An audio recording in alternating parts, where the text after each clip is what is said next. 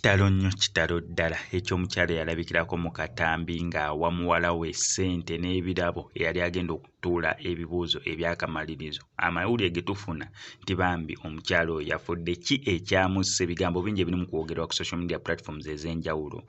Omulina bino bye nkuleetedde. Nkwaniriza nnyo wano ku SMX Media, nange MCSMX wano tubeerawo buli lunaku buli ssaawa. Story wejjira we tugikolera ekisinga okubeera ekikulu nti story zaffe tuzikombatinga ne zibeera nga ziwewuka datawo aleme kubeera nga agenda mungi. Kankusaba subscribing ongene ku notification bell tojja kubeera nga omisinga updates naddala nga zino.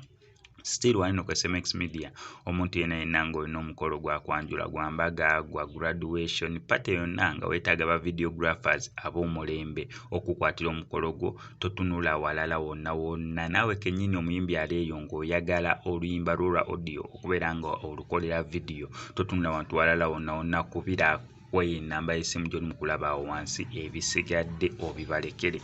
Yes, amawulire ge tufuna mawulire ga nnaku nnyo nnyini ddala ag'omukyala amanyikiddwa nga Nakkazi Josephine eyalabikirako mu katambi bambi nga musanyufu ne muwala we ng'ali mu kubeera nga amuwa ssente obw'etaano bw'omutwalo. Ssente zaali nnyingi nnyo nga womanyi wekyatuuka ku muwala wa MC Kats we bamutwalira ebirabo ebya ssente kyekimu kyekyatuuka ne ku Pritiniko naye bamutwalira ebirabo nga mulimu ssente. Bantu bangi baavaayo okubeera nga batokomoka omugambo. Era wajjawoko n'olutalo wakati wa MC Kats wamu ne Fifida Queen, then abantu abalala ne batokomoka omugambo, omwana tosobola muwa bintu ng'ebyo, lwaki mweraga muli mukola kineeno.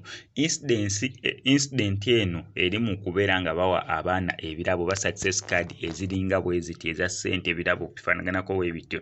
Efaanaganako ne incident eyazi baby bump. Abakyala ogenda okwekubya ebifaananyi ne babipostinga bifo nga tebannaba kubeera nga bazaala. Mbu kimanyi okuleeta omukisa omubi oba ebisiraani oba abantu ab'eriiso oba abantu abataagaliza ne bafuna akawenda ak'okukolerawo ebintu ebikyamu. So mbu omukyala weekubya ebifaananyi atiisi bipostinge ng'omaze okubeera ng'ozaala, naye ogenze mu baby bump weekubisiza ebifaananyi kera obitadde tonaakubeera ng'ozaala olaga abantu ng'oli mu ssanyu. Mbu waliwo possibility y'abantu okukola ekibi. So mbu kyandibeera nga kyekyatuuseewo ne ku mukyala ono. Details z'okufa kwe ngasigala nga nzikuleetera ne ku SMX Media. Gwe kyolina okukola kusubscribinga onyigire notification bell eyo nga bwe teekayo story gwe ajja osooka okubeera nga oziraba. MCSM